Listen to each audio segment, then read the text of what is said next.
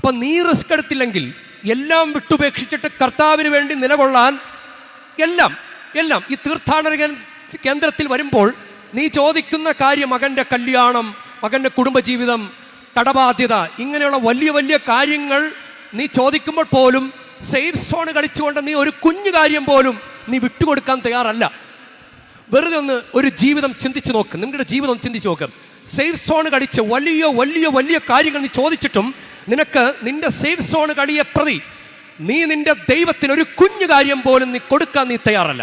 ഈ തീർത്ഥാടന കേന്ദ്രത്തിൽ വന്നിട്ട് പോലും നമുക്ക് ചിലത് വേണ്ടാത്ത കാര്യങ്ങൾ വിട്ടുപേക്ഷിക്കാൻ നമ്മൾ തയ്യാറല്ല.